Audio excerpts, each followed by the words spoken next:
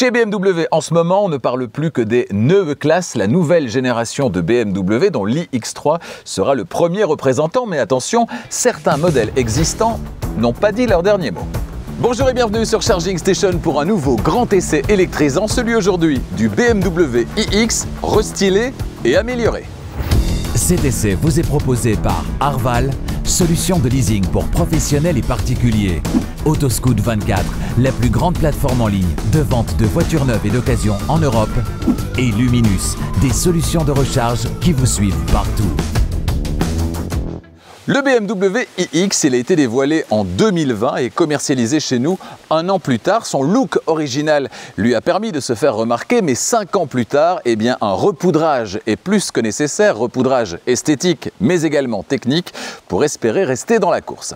C'est donc chose faite avec cette version remaniée qui propose à la fois plus d'autonomie, plus de puissance également et puis un tas de petites nouveautés que nous allons détailler dans cette vidéo.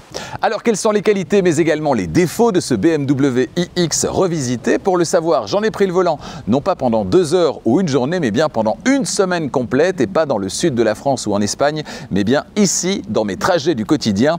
Toutes les réponses aux questions que vous vous posez se trouvent dans cet essai. Allez, avant de démarrer, vous ne l'avez pas encore fait, faites-le maintenant, abonnez-vous à Charging Station et n'oubliez pas d'activer la clochette des notifications pour être prévenu dès qu'une nouvelle vidéo électrisante est disponible. La prochaine, ce sera la semaine prochaine, le premier trajet et ensuite le grand essai à la fin de la semaine de la Renault 4 e-tech électrique. J'ai personnellement craqué pour la Renault 5 e-tech électrique.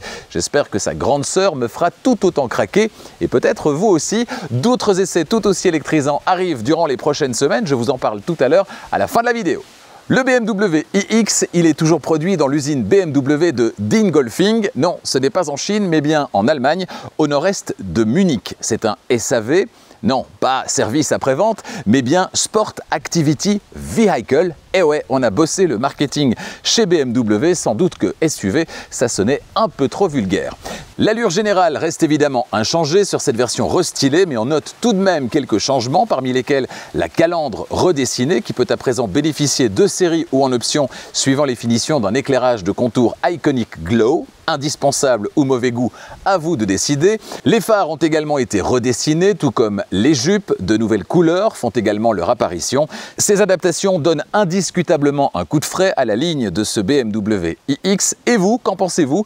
Est-ce qu'il vous séduit extérieurement? Est-ce que ce coup de crayon vous séduit ou pas? Eh bien, dites-le moi dans les commentaires. D'un point de vue technique, le BMW iX revisité dispose dans tous les cas de 2 moteurs électriques synchrones à excitation par le courant, un à l'arrière et un à l'avant. Toutes les versions sont donc à 4 roues motrices. Alors l'électronique de puissance et le système d'entraînement ont été largement revus pour obtenir plus de puissance, plus 82 chevaux pour cette version xDrive 45 d'entrée de gamme qui délivre maintenant 408 chevaux et demande 1 seconde de moins pour réaliser le 0 à 100 km/h. Plus 21 chevaux pour la version xDrive 60, soit 544 chevaux et un 0 à 100 abattu en 4 secondes et 6 dixièmes. Et puis jusqu'à 659 chevaux à présent pour la version M70 M70 xDrive qui propose un couple gigantesque de plus de 1000 Nm et terrasse le 0 à 100 en 3,8 secondes et même en 3,5 secondes en utilisant la méthode du One Foot Rollout. Concernant le poids de ce BMW iX, on sera entre 2450 et 2655 kg en fonction des versions et finitions. C'est lourd. Et concernant la charge tractable, la valeur est intéressante. Si la charge est freinée, vous pourrez monter jusqu'à 2,5 tonnes. Si la charge n'est pas freinée, ce sera la norme, évidemment, c'est-à-dire 750 kg. Concernant le toit, ce que vous allez pouvoir y déposer, eh bien, c'est 75 kg supplémentaires et 100 kg sur la boule d'attelage. Concernant la batterie située sous le plancher entre les 4 roues, et bien dans tous les cas, ce sera une batterie NMC, nickel, manganèse, cobalt. Ça, c'est pour sa chimie et la version qui vous emmènera le plus loin sur une seule charge, c'est la version intermédiaire xDrive 60 avec 701 km d'autonomie annoncée en théorie, norme WLTP, des valeurs qui sont parfaitement en phase avec ce qu'on attend aujourd'hui en 2025 d'un SUV premium 100% électrique. Notez les grandes disparités, le grand écart pour chacune des versions proposées. Sur cette version 45 par exemple, ce sera entre 490, 490 et 602 km sur une seule charge en fonction de l'équipement que vous allez ou pas ajouter à votre BMW iX. Autant vous dire que par rapport à cette version qui est bardée d'options, avec des jantes de 23 pouces. On est certainement plus proche des 490, des 490 que des 602. Pour recharger la batterie, ça se passe à l'arrière du côté droit, vous le voyez, avec une énorme trappe qui renferme les deux connecteurs habituels. C'est écrit dessus AC et DC. AC, courant alternatif, la recharge du quotidien. DC, ce sera pour la recharge sur le courant continu. On va commencer par la recharge sur le courant alternatif avec ces petits caches qui sont bien pratiques finalement, hein, le fait de pouvoir ouvrir facilement sans avoir un cache qui pendouille pendant la recharge, ben, c'est vraiment bien. Le chargeur embarqué, il est d'une puissance de 11 kW sur les versions 45 et 60. Sur la version M70, M70, là ce sera du 22 kW qui est en option sur les versions 45 et 60. On annonce une recharge maximale conseillée à 80%. Pourquoi? Parce qu'on a une batterie NMC qui n'aime pas être constamment rechargée à 100%, mais bien sûr, en suivant les prescriptions du constructeur toujours, eh bien, vous pourrez recharger à 100% quand vous le souhaitez, c'est-à-dire quand vous en avez réellement besoin pour effectuer un long trajet par exemple, mais au quotidien, on va se contenter de 80%. Ça, c'est pour la recharge sur le courant alternatif. Concernant le courant continu à présent, DC, la somme des deux connecteurs, c'est le connecteur combo CCS qu'on va retrouver sur les gros chargeurs avec ces câbles bien difficiles à manipuler. Là, les vitesses sont bien plus importantes évidemment. Sur cette version, le constructeur annonce 34 minutes pour passer de 10 à 80% de capacité de batterie. 34 minutes aujourd'hui sur une voiture de cette valeur, c'est un petit peu limite, mais on est bloqué par la recharge, l'infrastructure, l'architecture 400 volts qui ne permet pas des vitesses de recharge aussi impressionnantes que sur une technologie 800 volts. 34 minutes, 10, 80, est-ce qu'au moins elle les tient? Regardez. Bon, jusque-là, ça ne s'annonce pas très bien puisqu'après 5 minutes de temps de recharge, la puissance maximale est presque atteinte, mais la voiture m'annonce 17h46 pour atteindre 80% et pas 17h36. Ça voudrait dire qu'elle mettrait 44 minutes et pas 34 minutes, ce qui est déjà énorme. 44, ça deviendrait vraiment gigantesque. Bon, là il est 17h31, 17h36, je vous le rappelle, c'est l'heure théorique de fin de la recharge pour atteindre 80%.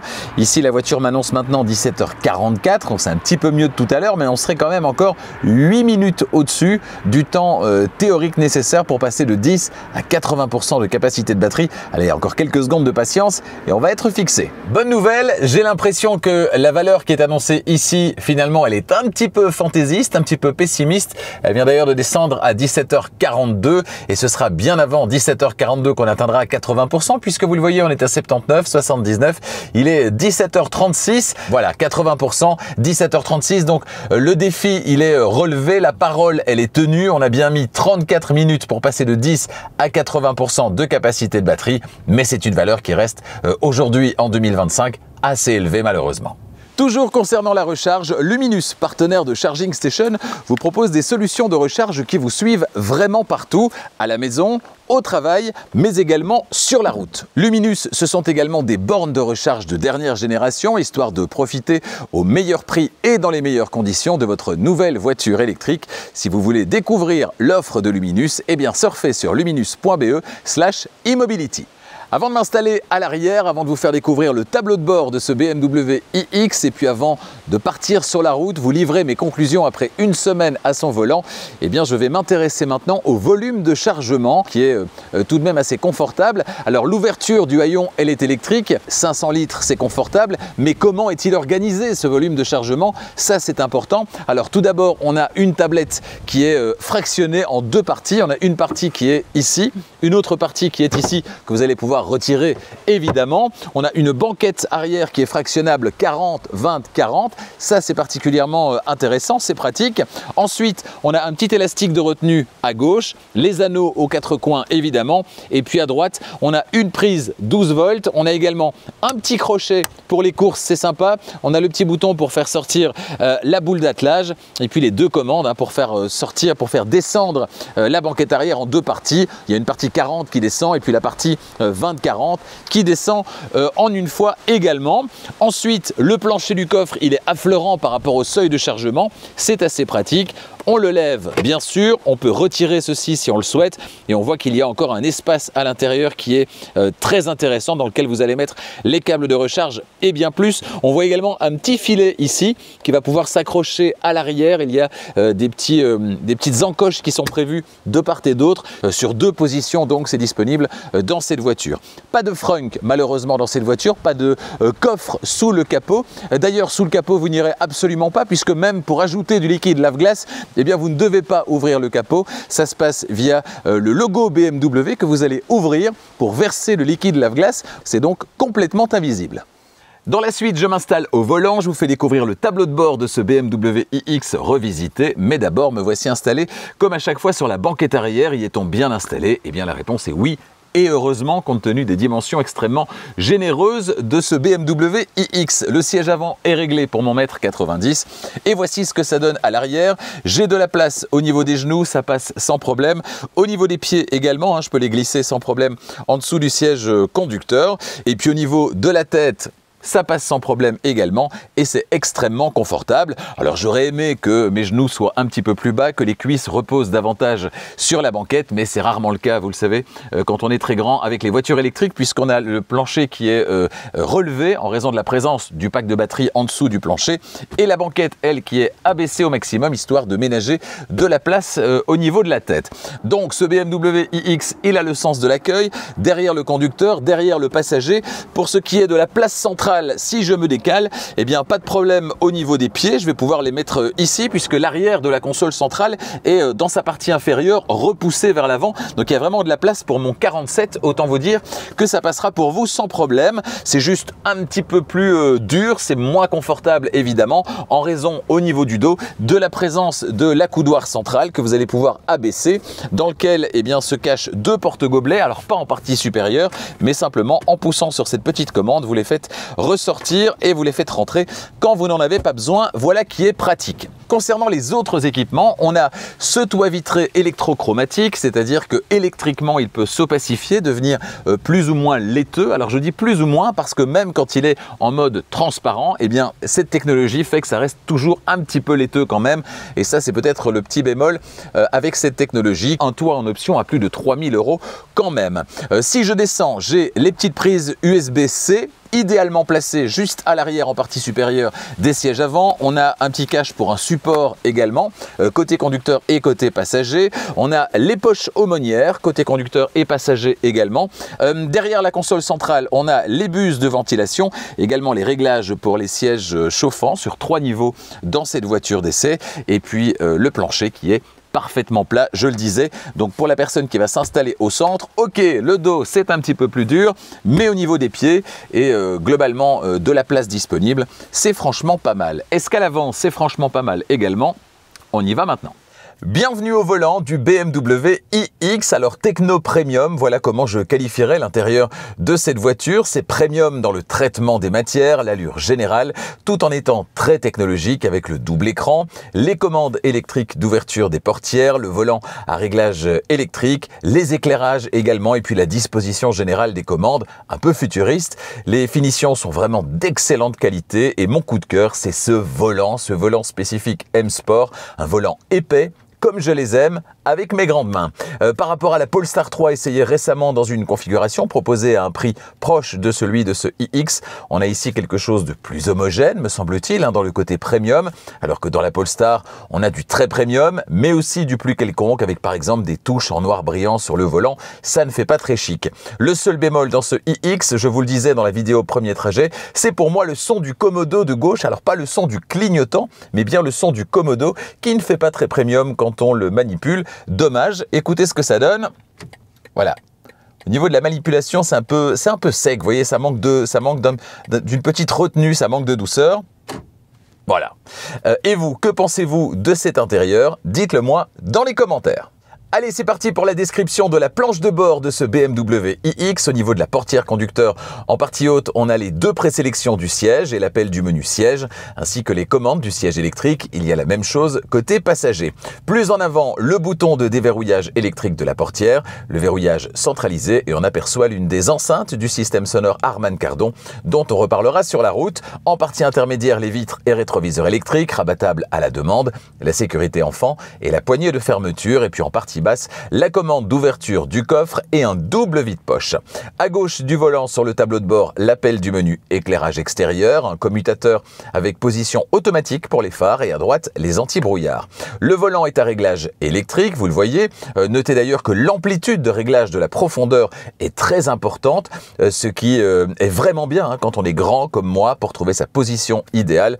Sur ce volant, on retrouve donc à gauche la gestion du régulateur limiteur de vitesse avec mode Assisted Driving, c'est-à-dire la combinaison régulateur de vitesse adaptatif, centrage sur la voie de circulation, et puis à droite la gestion de l'écran instrument et de l'affichage tête haute, la commande vocale, la gestion du volume et celle du téléphone, et puis aussi l'appel du menu audio dans l'affichage tête haute. Et là je peux switcher entre l'audio d'Apple CarPlay et la radio, c'est vraiment très pratique et je trouve ça très judicieux de positionner idéalement ces raccourcis pour différents menus. Alors celui-là dans l'affichage tête haute, également les sièges sur les portières, l'accès au menu éclairage sur le tableau de bord à gauche du volant, c'est vraiment très pratique. Les commodos à gauche, clignotant et appel de phare, à droite les essuie-glaces à l'avant et à l'arrière puisque ce iX dispose bien d'un essuie-glace à l'arrière. Derrière le volant, deux écrans sous une dalle de verre incurvée avec cet écran de droite dirigé vers le conducteur, c'est très BMW.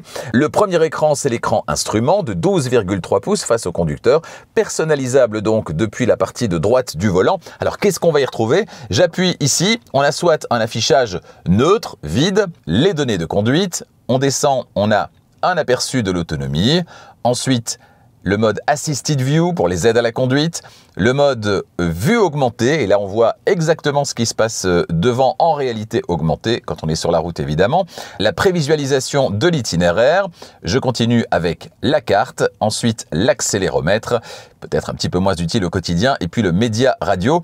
Notez que concernant la carte, si vous utilisez Waze via Apple CarPlay, eh bien vous aurez droit à la carte de Waze sur Apple CarPlay directement dans l'écran instrument. On peut à droite également parler de l'affichage tête haute dans cette voiture. Là, vous allez pouvoir avoir une vue soit standard, soit une vue directionnelle, soit le mode Assisted View, là aussi, c'est-à-dire les aides à la conduite, soit la vue sportive ou bien une vue réduite.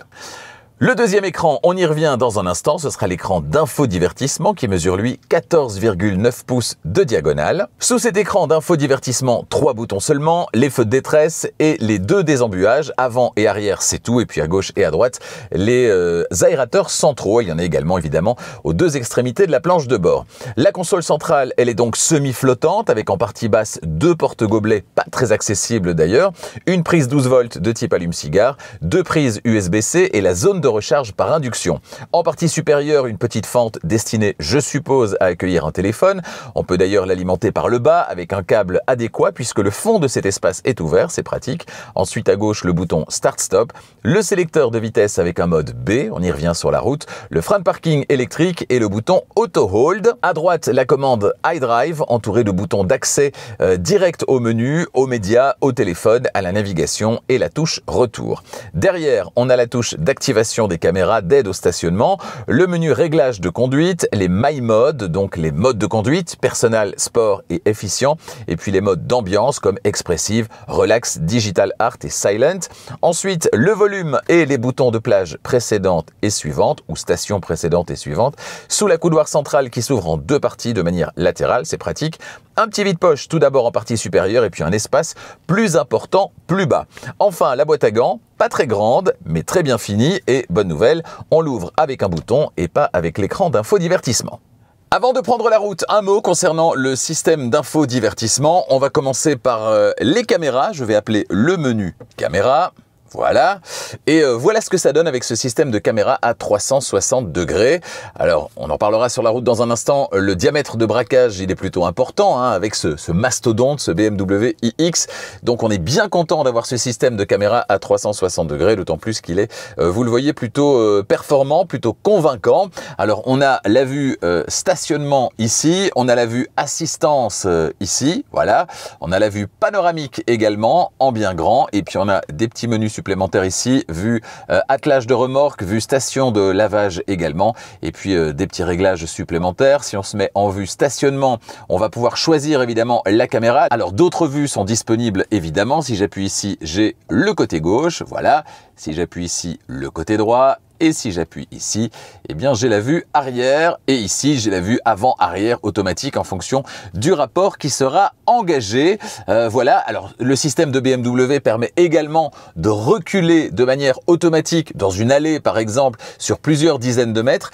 Si vous êtes arrivé chez quelqu'un en marche avant et que vous repartez dans le noir, l'allée est un petit peu sinueuse, vous ne la connaissez pas, c'est un petit peu compliqué, eh bien vous avez ce mode ici. Alors comme je suis arrivé déjà en marche arrière sur le lieu de tournage, je ne peux pas vous le montrer, mais c'est vraiment bluffant. Ça veut dire que si vous rentrez quelque part en marche avant, eh bien la voiture est capable toute seule de reprendre exactement le même chemin, les mêmes traces que ce que vous avez laissé en marche avant. C'est assez impressionnant, et elle peut le faire, je le disais, sur plusieurs dizaines de mètres. Voilà qui peut être extrêmement pratique. Voilà, on revient en arrière. Quelques mots à propos du système d'infodivertissement. C'est la dernière génération du système maison de BMW, un système qui fonctionne vraiment très très bien. On a pas mal de petits widgets ici à gauche, l'assistant personnel, la radio, le téléphone, etc., etc. On va pouvoir personnaliser tout ça évidemment, hein. On va pouvoir en ajouter, effacer la page de widgets, trier les widgets si on le souhaite. C'est extrêmement fluide, c'est bien pratique. À gauche ici et à droite, on a le menu climatisation avec en tout cas les réglages de température, ainsi que si j'appuie, le siège ventilé, le siège chauffant et le volant chauffant. On en reparlera des sièges sur la route. À droite, même chose, pas le volant évidemment, mais le siège ventilé et le siège chauffant. Et puis si je veux rentrer dans le menu complet, eh bien je l'ai ici, menu confort de climatisation avec d'autres menus qui sont ici également. Ici à droite, Apple CarPlay, puisque mon téléphone est connecté, on a un accès direct, c'est sans fil évidemment. Ici le menu téléphone, ici également l'accès à la totalité des applications, et vous le voyez, ça fait beaucoup d'applications. Alors si vous voulez les trier, vous pouvez avoir uniquement les applications d'infodivertissement, ça se passe ici, ou bien les applications liées à la voiture. Du coup ça en fait un petit peu moins dans chacun des deux menus que vous pouvez parcourir évidemment. Des applications ici qui vous permettent d'avoir un accès direct à ce qui se trouve par exemple dans votre téléphone, les applications comme Better Route Planner ici, il y en a d'autres bien sûr.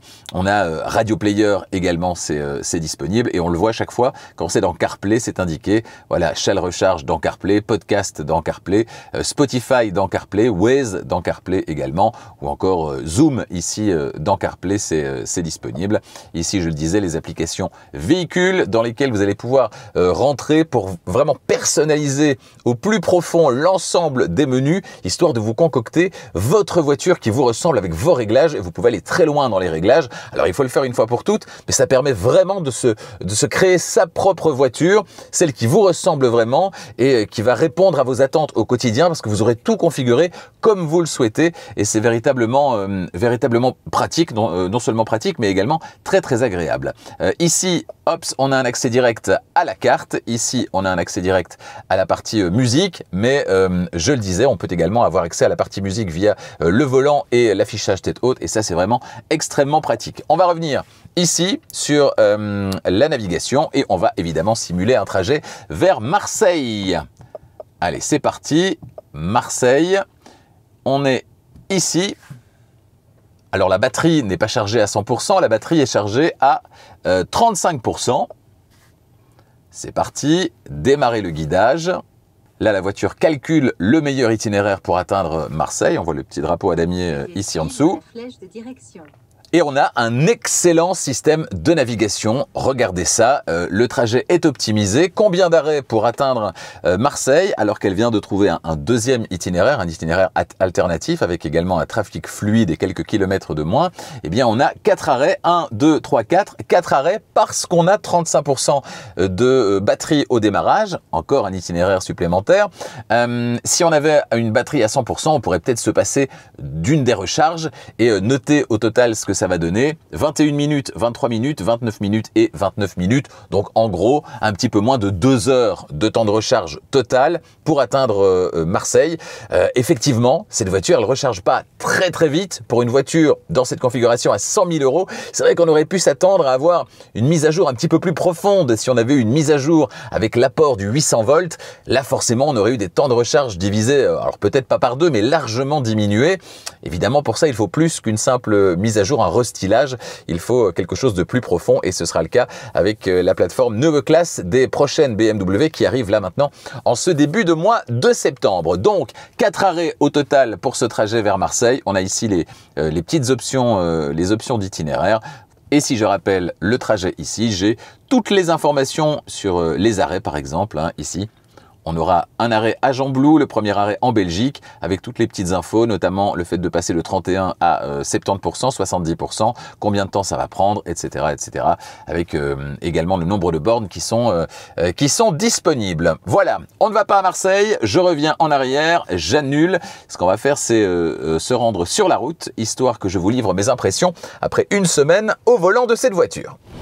Dans une voiture à l'allure aussi futuriste, il est dommage, je trouve, de devoir encore pousser sur un bouton de démarrage alors que le fait de s'installer au volant pied sur le frein pourrait suffire à la réveiller comme dans pas mal de concurrentes. Cela dit, les commandes sont idéalement positionnées et une fois le bouton de démarrage enfoncé, vos doigts ne doivent pas aller bien loin pour placer le sélecteur de vitesse sur D, R ou B. Malheureusement, pour aller sur B, il faudra systématiquement tirer 2 fois le sélecteur. Dommage, chez Renault et même Dacia, si vous avez quitté la voiture en B, un seul basculement vous ramène en B. Allez, BMW, si c'est possible chez Dacia, ça devrait l'être aussi chez vous, non ? Les très beaux sièges qui équipent cette voiture d'essai, ils sont, on l'a vu, à réglage électrique avec 2 mémoires pour le conducteur et pour le passager. Via le petit bouton ici, la commande vocale ou l'écran d'infodivertissement, eh bien vous pourrez accéder au menu siège qui vous permettra de régler pas mal de paramètres comme par exemple les sièges chauffants, les sièges ventilés ou encore le massage avec plusieurs programmes, plusieurs niveaux d'intensité. Évidemment, tout ça n'est pas de série sur toutes les finitions, on s'en doute. Cela dit, même avec l'intensité la plus forte concernant le massage, je suis un peu resté sur ma faim, j'aime quand ça y va vraiment très fort. Cela dit, le confort, le maintien, tout ça est excellent, on se sent vraiment bien au volant et la possibilité de tirer le volant vers soi avec une grande amplitude, eh bien va ravir les grands gabarits dont je fais partie. Les aides à la conduite proposées par cette voiture et plus précisément la conduite assistée, donc la combinaison régulateur de vitesse adaptatif centrage sur la voie de circulation, eh bien c'est sans doute l'un des meilleurs systèmes disponibles actuellement sur le marché. Les réactions sont hyper progressives, la voiture maîtrise parfaitement les délimitations des bandes de circulation, même dans les zones plus compliquées comme des zones en travaux avec des bandes oranges provisoires. On peut vraiment lui faire confiance, même s'il faut toujours rester attentif évidemment. Parmi les petits plus, on a le changement de voie assisté, très efficace lui aussi, et puis tout un tas de réglages qui vont vous permettre d'aller dans les détails pour vous créer votre configuration, celle qui vous ressemble, je le disais tout à l'heure. Pas de bip intempestif cette semaine et les bips de survitesse, vous les couperez facilement avec un appui lent sur la touche 7 ici à gauche sur le volant. Bref, un régal. Moralité, si tous les constructeurs pouvaient faire la même chose et proposer des voitures avec des aides à la conduite, des systèmes bien réglés, bien calibrés, tout ça serait nettement plus agréable car nettement plus ergonomique. Bon, cette voiture est un régal pour autant qu'on apprécie ce gros SUV pour ce qu'il est, c'est-à-dire pas une voiture de sport. Non, si vous, votre truc, ce sont les virages en épingle, passez votre chemin, choisissez autre chose. Ce iX et ses 2,5 tonnes sur la balance ne vous rendra pas heureux, ça c'est sûr. Ce iX, il doit s'apprécier pour son sens de l'accueil, son confort, sa puissance aussi qui permet d'accélérer très confortablement, même dans cette version d'entrée de gamme, mais en aucun cas, évidemment, il ne présente un caractère sportif, même s'il s'en sort plutôt bien dans les virages d'ailleurs, en ne prenant pas trop de roulis pour un SUV de cette taille et de ce poids. Oui, quand il ne pleut pas, comme c'est le cas là maintenant, le iX est silencieux. À basse vitesse, c'est une évidence, et à haute vitesse, ça se confirme, avec un peu de bruit aérodynamique, mais franchement, rien de bien méchant. Les bruits de roulement sont par contre étonnamment bien filtrés, malgré les jantes énormes de 23 pouces sur cette voiture d'essai, c'est bluffant. En tout cas, ça participe largement à la sensation premium au volant, et globalement à l'intérieur de ce gros SUV. Un mot concernant l'installation sonore Harman Kardon. Il y a bien Harman Kardon et Harman Kardon. Celle dont cette voiture est équipée délivre un son bien plus premium que celle du Lynk & Co 02 en finition mort essayée la semaine dernière. Alors, entendons-nous, l'installation sonore du Lynk & Co 02, elle n'est pas mauvaise, bien loin de là, mais le niveau atteint dans ce BMW est encore largement au-dessus. Et en même temps, heureusement, 109 000 €, c'est la facture pour cette voiture d'essai, contre 41 000 tout compris sur le Lynk & Co 02 en finition mort. Tout s'explique. Ce BMW iX d'essai, il n'est pas équipé de la direction active intégrale, comprenez des roues arrière directrices, un équipement disponible en option. Le diamètre de braquage, il est donc plutôt élevé dans l'absolu, 12,8 mètres entre trottoirs. Si vous optez pour les 4 roues directrices avec un angle maximal pour les roues arrière de 3,5 degrés, eh bien vous pourrez là réduire le diamètre de braquage de 80 cm, c'est toujours bon à prendre, mais il faudra, comme dans toute voiture équipée de ce système, eh bien s'habituer à des mouvements de caisse un petit peu nouveaux, induits par le braquage des roues arrière, c'est un peu déroutant. Braquage dans le sens inverse des roues avant en ville et à haute vitesse dans le même sens. Personnellement, c'est pas trop mon truc, je préfère largement 2 roues directrices et un bon système de caméra à 360 degrés comme celui qui équipe cette voiture. Deux possibilités concernant la récupération d'énergie, D ou B. En B, c'est la conduite à une pédale, il n'y a rien à dire, c'est puissant, intuitif, super bien calibré, c'est vraiment top, vous l'aurez compris, c'est ce mode que je préfère. Et puis il y a D, et là vous avez le choix concernant le niveau de récupération et donc de ralentissement au lever de pied de l'accélérateur, élevé, intermédiaire, faible ou adaptative. En mode adaptatif, la voiture va plus ou moins ralentir en fonction des conditions de circulation. Personne devant, elle va se laisser aller en roue libre. Une voiture devant ou en rond-point par exemple, elle va ralentir. Mais attention, dans ce mode, elle n'ira jamais jusqu'à l'arrêt complet. Pour ça, il faudra choisir le mode B. Une conduite à une pédale au top dans cette voiture et un éclairage au top aussi. On a évidemment droit à des phares LED adaptatifs avec allumage, extinction automatique et extinction d'une partie du faisceau lumineux pour ne pas éblouir ceux que vous suivez ou ceux que vous croisez en toutes circonstances. Vous avez donc le meilleur éclairage possible, notamment sur les bas-côtés, d'où peut surgir un animal ou un enfant à chaque instant. Franchement, c'est vraiment un plus pour la sécurité. À l'intérieur, une signature lumineuse aussi futuriste que l'ambiance générale vous accueille, avec notamment des bandes lumineuses ici au pied des vitres latérales. Voyez ce que ça donne, on aime ou on n'aime pas, mais ça a le mérite en tout cas d'être original. L'autonomie théorique, c'est jusqu'à 602 km en cycle mixte norme WLTP sur cette version d'entrée de gamme. Mais attention, elle est suréquipée et avec 2 grandes jantes. Et donc on sera plutôt sur la fourchette basse, c'est-à-dire 490 km, 490 km plutôt que 602, c'est clair. J'ai opté la plupart du temps pour une conduite tranquille tout en conduisant de temps à autre de manière plus dynamique. Et cette semaine, il a fait entre 9 et 26 degrés au thermomètre, c'est le grand écart. J'ai parcouru au total plus de 600 km avec au moins 2 trajets par jour de 50 km. Ce sont mes trajets domicile-travail du quotidien, avec à chaque fois une remise à température du véhicule qui dort dehors chez moi et dans un garage fermé sur mon lieu de travail. Des trajets domicile-travail qui se font majoritairement sur autoroute, en ce qui me concerne, je vous le rappelle. En tenant compte de tous ces paramètres, je suis arrivé à une moyenne de 19,8 kWh au 100. Notez que j'avais noté une moyenne de 25 kWh au 100 avec le BMW iX de première génération en version 40, dans les mêmes conditions de parcours, mais avec entre 2 et 10 degrés au thermomètre. Il faisait donc nettement plus froid. Cette valeur de 19,8 kWh au 100, elle va me permettre de parcourir un bon 450 km réel sur une charge complète dans mes conditions de parcours et les conditions météo de cette semaine. Franchement, c'est très correct et certainement pas très éloigné finalement de la moyenne basse de la fourchette de l'autonomie théorique de cette version, donc 490-490 km. Dommage que la recharge ne soit pas un peu plus rapide sur le courant continu, en tout cas pour ceux qui devront souvent recharger sur ce type de chargeur. Pour ceux qui vont charger à la maison ou au travail sur le courant alternatif quasi exclusivement, franchement ça n'aura que peu d'importance. Et là par contre le 22 kW optionnel va être très utile si vous avez accès à des bornes qui délivrent cette puissance, notamment par exemple sur votre lieu de travail.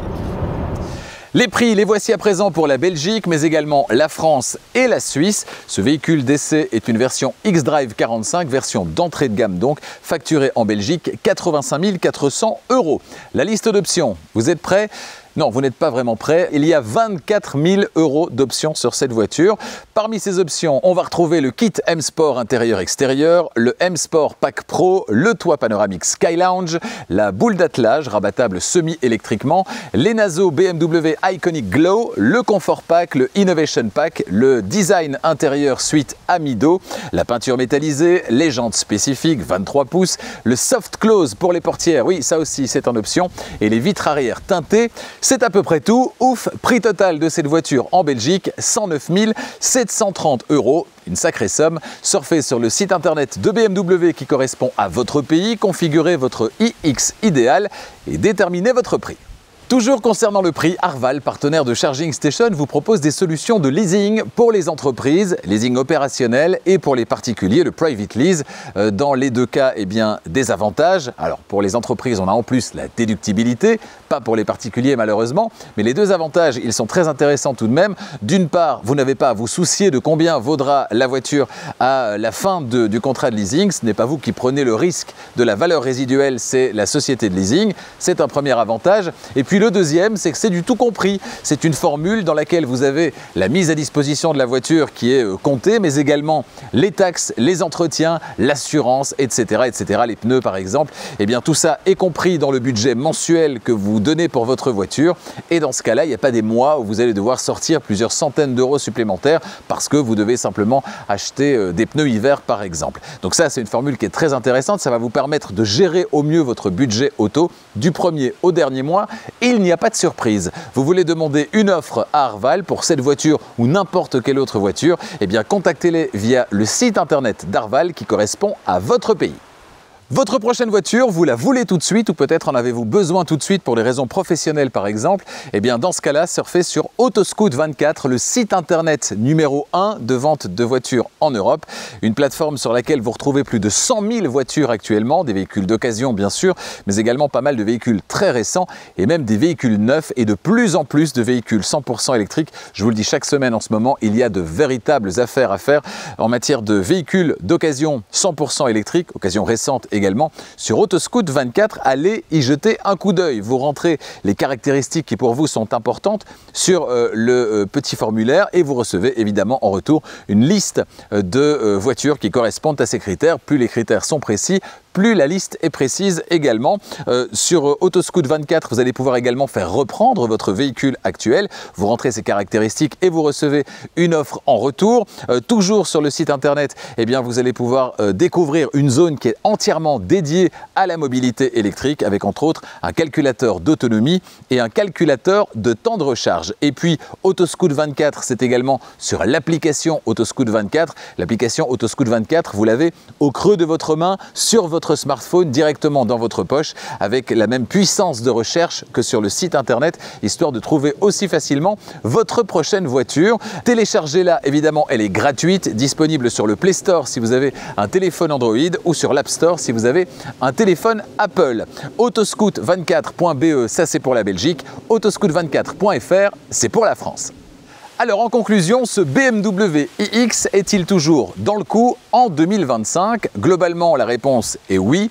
Sauf peut-être sur la partie recharge, où il faut bien le dire, il est un petit peu en retrait par rapport à ce qui sort aujourd'hui, certainement à ce niveau de gamme, à ce niveau de prix également. On attend du 800 volts, on attend de la recharge extrêmement rapide et on ne peut pas dire que ce BMW iX recharge rapidement, en tout cas sur le courant continu.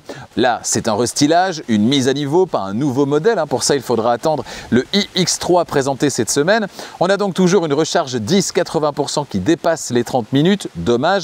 Mais rappelons qu'on peut aussi, à contrario, avoir du 22 kW pour la recharge du quotidien sur le courant alternatif. Et ça, par contre, c'est très intéressant et bien plus utile au quotidien finalement. Au rayon des petits défauts, on notera le mode B de récupération d'énergie qui pourrait rester en mémoire, le bruit du commodo de gauche qui ne fait pas très premium, les porte-gobelets à l'avant mal placés et une intensité de massage la plus élevée qui reste un petit peu faiblarde. Bref, des détails à côté des belles qualités que propose cette voiture en termes de confort, en termes termes de performance, en termes de présentation intérieure, d'équipement, les aides à la conduite sont extrêmement bien calibrées et le plaisir de conduire, on le retrouve dans cette voiture, même si ce n'est pas un plaisir sportif. Cette voiture, elle s'apprécie davantage en mode cool, tranquille. Est-ce qu'on peut traverser la France avec cette voiture et arriver à destination frais comme au départ? Eh bien clairement, la réponse est oui. A bientôt sur Charging Station pour d'autres essais électrisants. Le prochain, ce sera donc la semaine prochaine. Premier trajet et grand essai de la Renault 4 E-Tech 100% électrique, la grande sœur de la Renault 5 qui connaît un véritable succès en ce moment, c'est rien de le dire. D'autres essais tout aussi électrisants arrivent durant les prochaines semaines. Alors le planning va être un petit peu chamboulé. Je vous livre donc les prochains essais en vrac. Ce ne sera pas forcément dans cet ordre-là. Il y aura entre autres chez Xpeng les G6 et G9 revisités. Gros succès en perspective certainement pour le G6. On ira chez BYD également découvrir la BYD Dolphin Surf, ou plutôt la redécouvrir avec un essai d'une semaine puisque j'ai déjà eu l'occasion de vous la présenter, tout comme la Mercedes CLA. Là aussi, j'étais parti à Copenhague au Danemark vous présenter cette Mercedes CLA et proposer des premiers tours de roue. Ce sera donc là le grand essai d'une semaine. Chez Kia, la Kia EV4 sera aussi à l'essai et je vous avais proposé un petit sondage sur YouTube. Est-ce que vous voulez un essai de la version 5 portes ou de la version 4 portes? Eh bien, vous avez été 2/3 en faveur de la version 5 portes. Ce sera donc la version hatchback que je vous proposerai à l'essai dans les prochaines semaines sur Charging Station. Si ce n'est pas déjà fait, abonnez-vous et n'oubliez pas d'activer la clochette des notifications pour être prévenu dès qu'une nouvelle vidéo électrisante est disponible. N'hésitez pas à partager les essais de Charging Station également, ça aide à faire grandir la chaîne. Et puis si vous avez aimé cet essai, un petit pouce, ça fait toujours plaisir. Merci de votre fidélité et à bientôt.